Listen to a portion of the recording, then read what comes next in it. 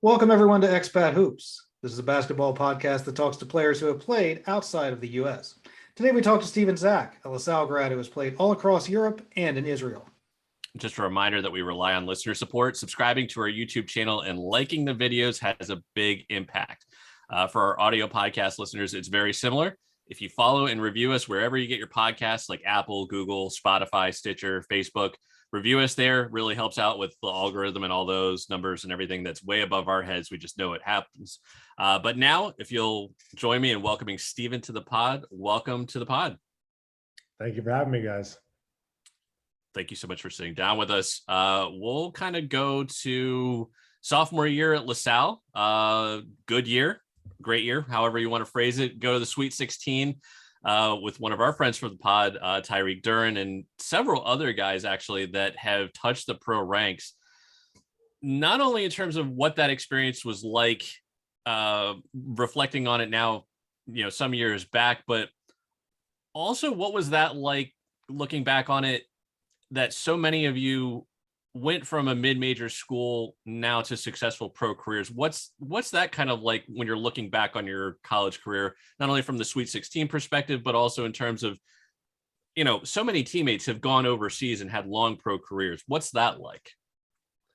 Yeah, of course, everyone's dream is to make it to the NBA. I mean, when you're in the NCAA tournament, for example, you're playing against guys who you're seeing talked about on ESPN. These guys are on the draft board.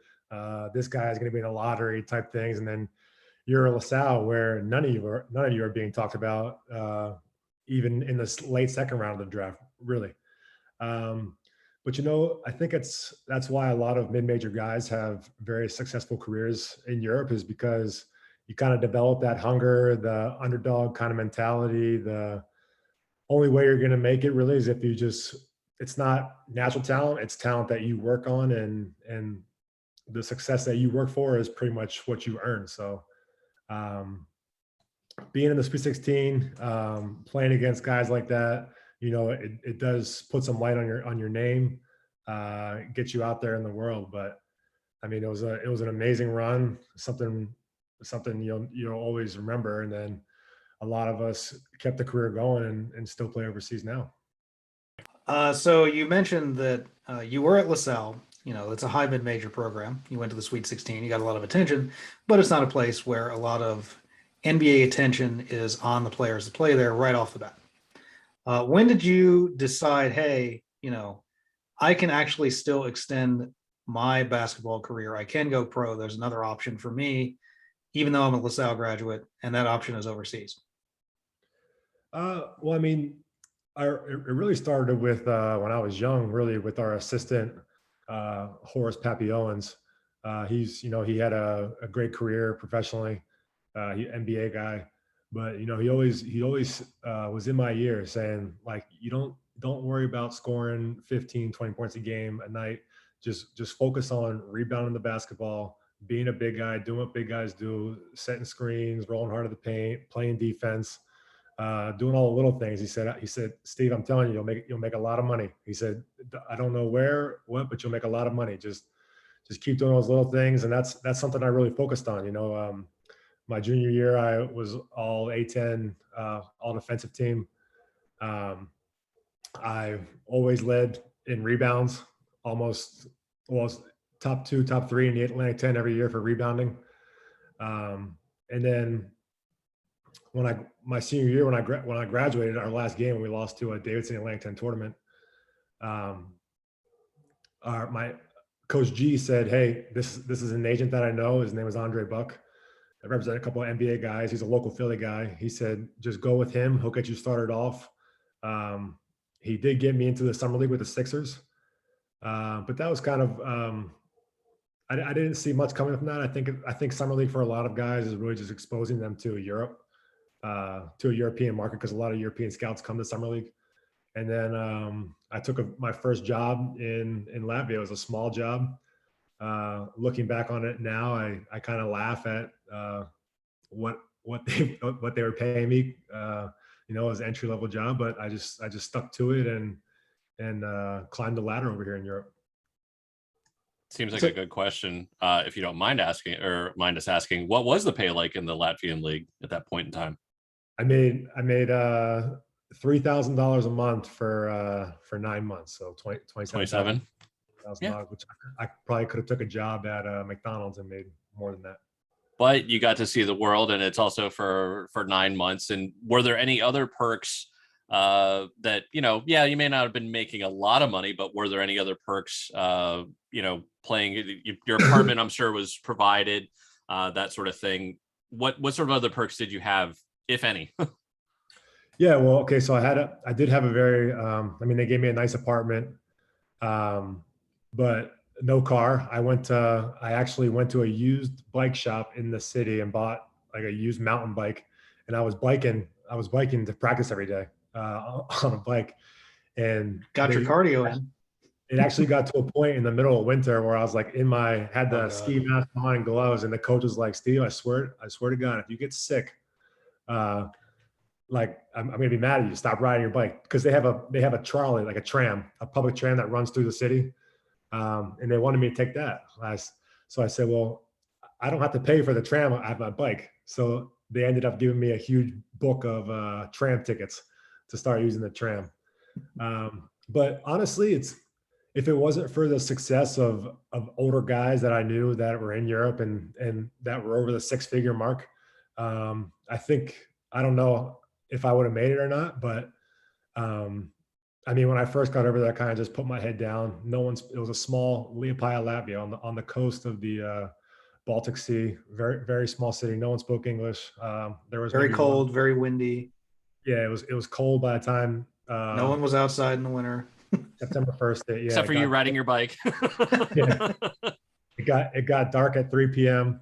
If it wasn't for the success of other guys, I don't know if I would have really grinded to get where I'm at today. But I just put my head down and worked, and I actually averaged like 16 points and 12 rebounds in that league, and I took a huge jump in pay the following season, going to Bulgaria, and my career kind of just took off from there. I was going to say in our highlights, it has finished the season as the league's best rebounder.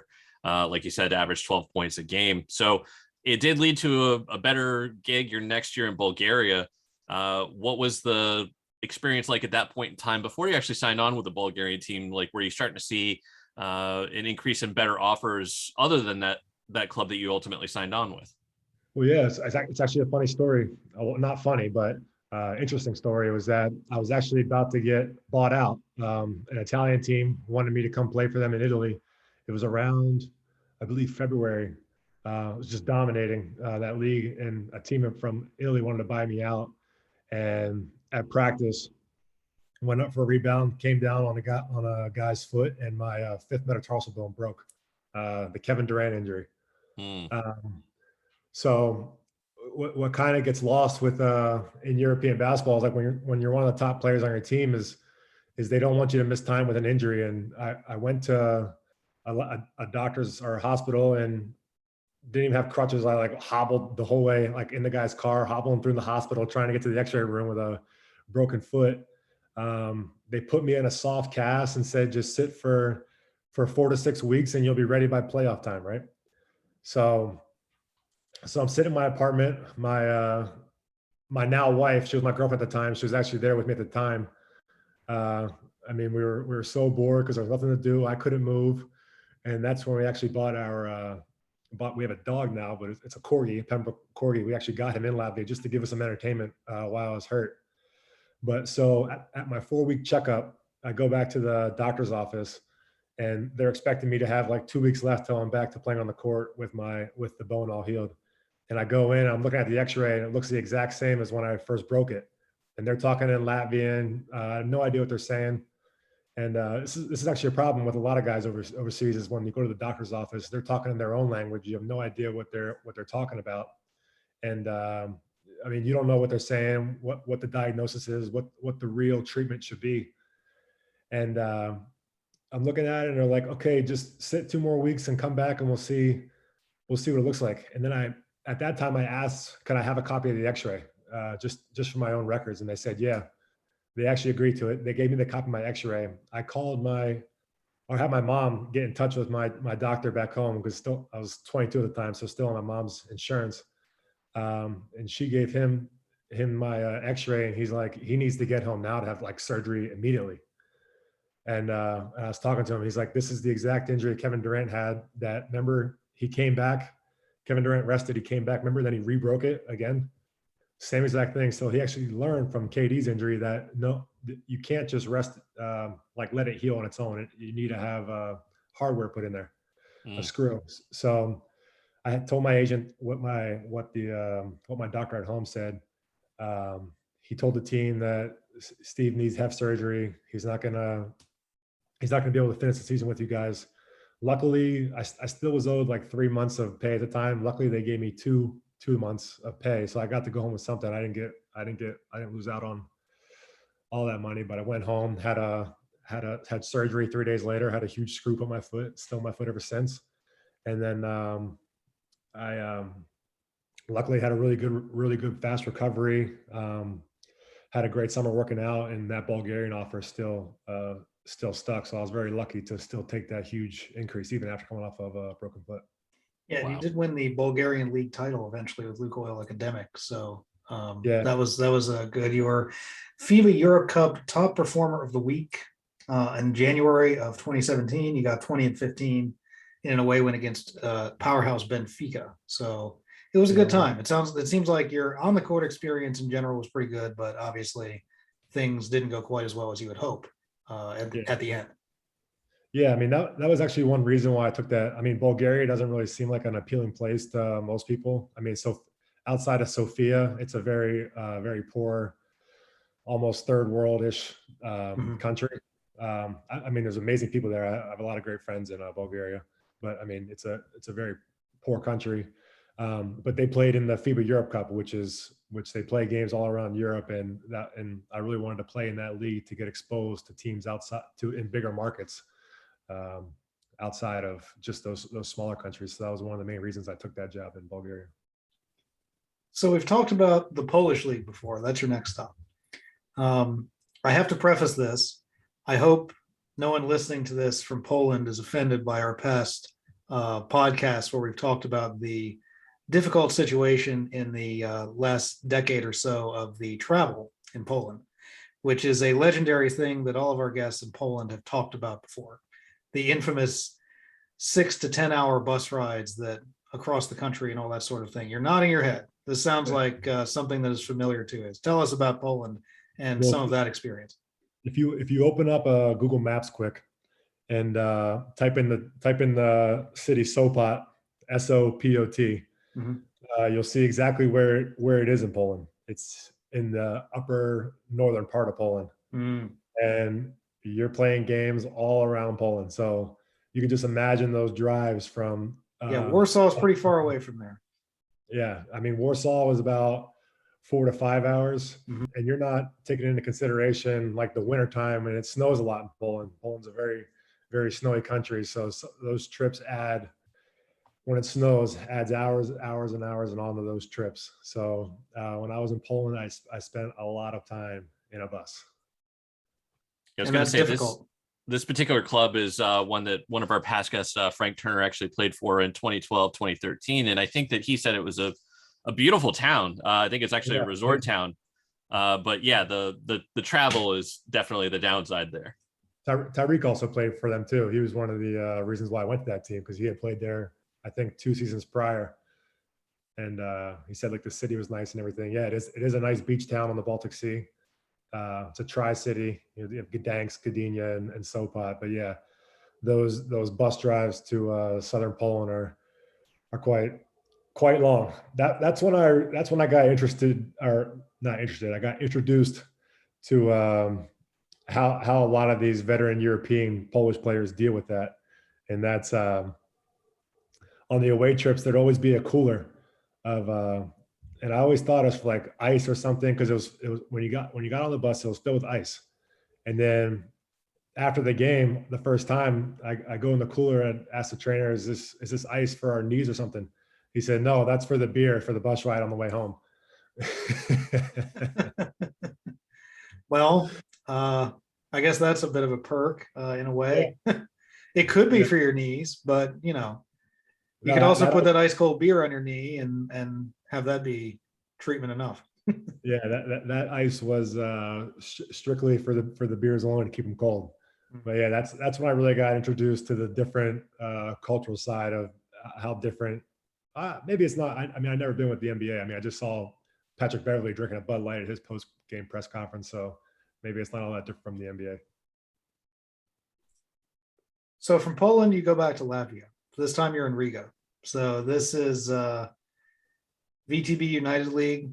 This is Yeah, more of a big time club than you played on in the first go round. Tell us absolutely. about that experience. Yeah, I mean, VEF Riga, they're always the top dog in Latvia. They kind of win it every year. I mean, when I was there, we won the championship. But the main reason I went back to Latvia was to play in the VTB United, which is the Russian league. I mean, you're playing against powerhouses like CSKA Moscow, Lokomotiv Kuban, Unis Kazan, Khimki Moscow, these big teams. So I went there to play in the Russian league. Amazing year there. Just from the basketball and off the court. Riga is an unbelievable city. I would take my kids back there to visit it. I mean, you think Latvia is a small country, but Riga is probably one of my favorite cities I've been to in Europe, honestly. And then just traveling all throughout Russia. I mean, you're going from the big city lights of like Moscow to going out to these super small cities like Parma, and then the whole way out to Siberia and Krasnoyarsk. I mean, that's like flying back to America for that game when you play Yenisei Krasnoyarsk. It's a 2-hour flight to Moscow, and then it's another 6-hour flight out to Siberia to play this team. And when you go there, you don't see any pavement. It's just packed down icy snow. I mean, that place is a winter wonderland basically all year round, minus 20. But had a lot of great experiences playing in Russia, and a place I always remember, really. Yeah, and I know we do have to bring up the current geopolitical situation there. I'm sure that at some point you would have liked to have gotten back there, but it's not looking likely anytime soon, that's for sure. Yeah, I mean, the only way you go back there now is if you're just opening yourself up to criticism or hate from other At the very European. least, yeah. Yeah, I know the basketball players that are there right now still playing in VTB. I know they don't agree with what Russia's doing, but I mean, at the end of the day, they're trying to take care and feed of their families, and politics aside, it's this game of basketball. He tries to put all things aside and bring many cultures, races, political views all together just for one game. But unfortunately, politics has worked its way into the sport this year. Yeah, for sure, no doubt about it. From Riga, you go to Hapoel Beersheva. You're in the Israel League. It's the Premier League there, and in that league, one of your career highlights, you had a career high 21 rebounds in a blowout of Tel Aviv. That was on January 17th, 2020. And in the 2019-2020 season, you were the top rebounder of that league. So once again, looks like you had a pretty good season on the court. Tell us about your time there and some of the stuff that you did off the court in Israel. Was that your first time there? Yeah, well, actually, it wasn't my first time there. I actually had been there before for a game when I was in Bulgaria. We played a team from Israel in the FIBA Europe Cup. But yeah, I took that. I had recently switched agents that past summer. Kind of had a falling out with the previous agent because he got into like an argument with another representative from the same company, and they kind of kicked him out the door.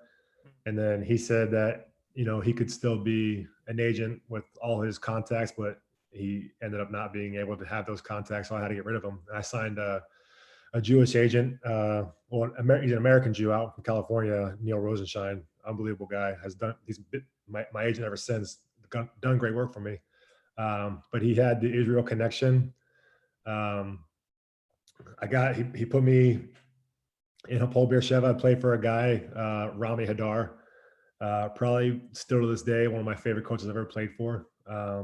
He's a huge hard ass, which is a coach that I kind of like playing for hard asses, you know, because on some days in like the middle of February or something, you don't really feel like kind of getting up for a game type thing, but he'll make sure you're ready.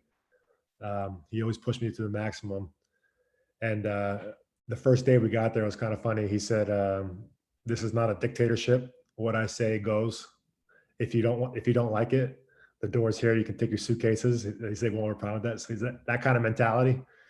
But yeah, I got to Israel. I think the reason for my success was because of that coach and how hard he pushed us.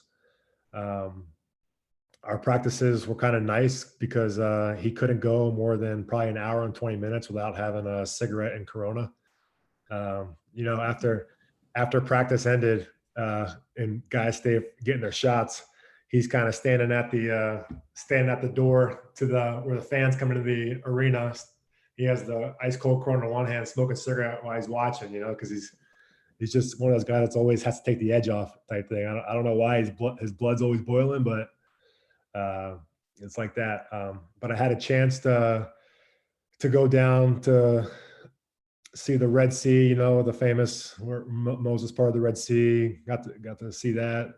Went and floated into the Dead Sea.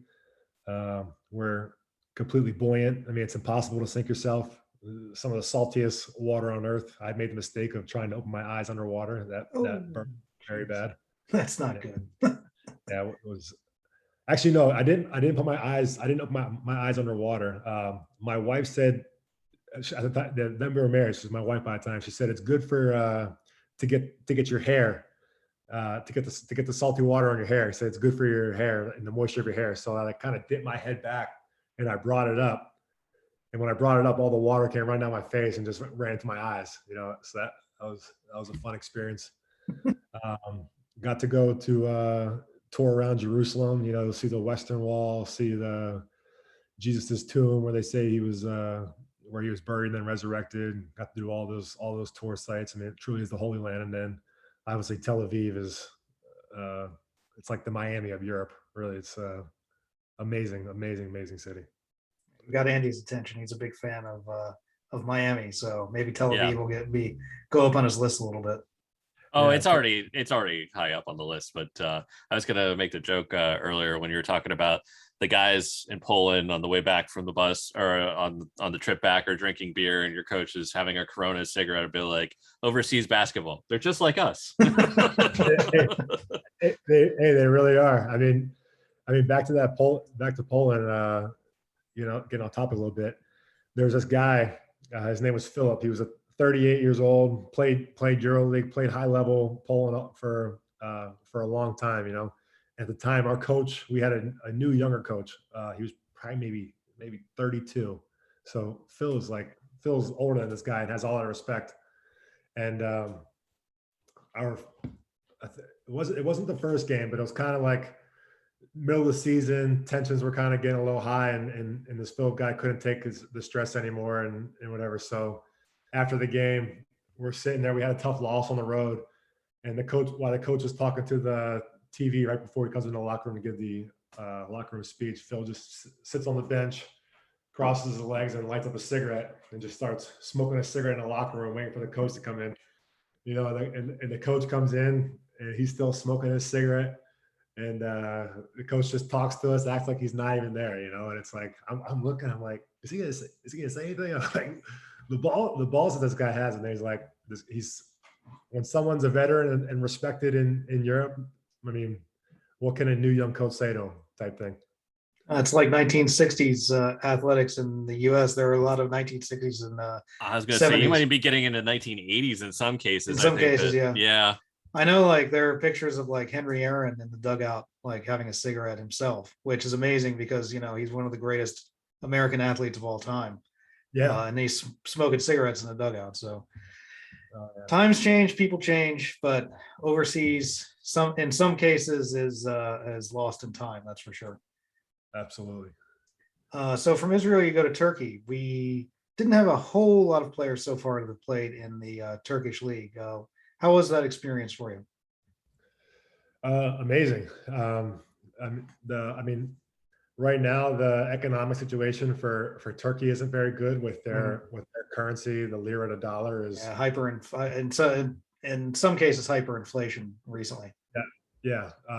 But for Americans, it's amazing because I mean, it was honestly, when I was there, it was cheaper for me to eat out every day than it was for me to, I mean, if you take in consideration buying groceries, cooking, it was it basically cost the same just to eat out. And it was like, you can go to a restaurant, order an appetizer, a salad, a meal, 2-3 beers, and your bill is like $9-10 US, type thing. So it was unbelievable. Wow. And they gave us really nice apartments, but they're like, yeah, there's a couple of nicer ones. It's probably about $100 US more if you want to pay for that extra, you can. And I go to look at the place, and it's like a freaking penthouse. And I'm like, hell yeah, I'll give you $100 more for the apartment.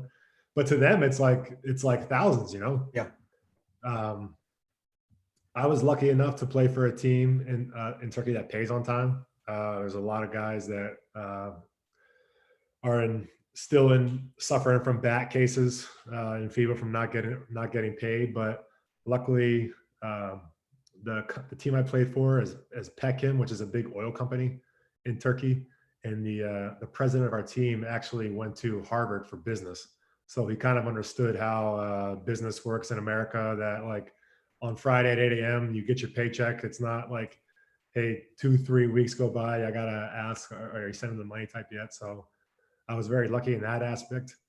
I didn't live in Istanbul. I lived in Izmir, which is about 5 hours by car south of Istanbul, which is a very nice, more modern in the sense of like Islamic religion. Like the women aren't all garbed up. The girls still wear, like they're wearing the crop tops and short shorts type thing. So it was kind of nice for like just the scene outside the court, that it felt like you're in more of a modern Americanized type area. So that was kind of nice. The league is super, super tough, super competitive. I mean, you have guys who are borderline NBA guys on some of those Turkish teams like Fenerbahce and Efes. Like, I mean, Shane Larkin, that guy, he could easily be in the NBA, but he's playing in Istanbul for Efes. So it was a great year. I mean, it's kind of sucked because the COVID regulations were still in place, so we couldn't enjoy the Turkish fans. I mean, there's some of the craziest fans in Europe is the Turkish fans. Couldn't really enjoy those, but still, nonetheless, had a great year there. And you did play, which is better than a lot of our other guests have been able to do during their COVID year, for sure. Yeah, exactly. I mean, we had we all at some point it felt like the whole league got it. I mean, it was just like on a week delay basis. So like if we play this team, and then the next week you find out the team that you just played had COVID. So you kind of knew that you had it coming. So then you played a team, and then that following week you got COVID, and then that team you played the following week, they got COVID type thing. So it's kind of like a chain reaction, but none of our guys really got any harsh sickness from it. So we're kind of lucky in that aspect with it. But yeah, they just postponed the games by 2 weeks and just filled them in when we could. So after Turkey, you wind up going to Spain. This is the start of the 21 season, and actually went to San Pablo Burgos, which some of our guests might remember that Alex Renfro is currently there. Started out in Spain, and before you wind up getting to your current spot, take us through what this last season has been like, starting with the experience in Spain. Yeah, I mean, in the summertime, I kind of had some, after that year in Turkey, I kind of had some money grabs I could have taken, or to kind of stay in the same kind of payroll that I was at with the ACB offer. Instead of going to a place like Japan or something like that, I really wanted to experience the ACB. A coach that has been trying to recruit me for 3 years, Zan Tabak, he was an NBA guy, Croatian from Croatia, Croatian big man. He brought me into Burgos. Burgos is kind of a small town and just north of Madrid, about 2 hours north of Madrid. The lifestyle there is very different to get used to because, they kind of start their mornings a little later. Then they have their siesta in the middle of the day where everything closes down for a few hours so everyone can go home and eat and drink and have a couple glasses of wine, and they go back to work. And then their dinners and stuff doesn't start till 9:30, 10 o'clock at night.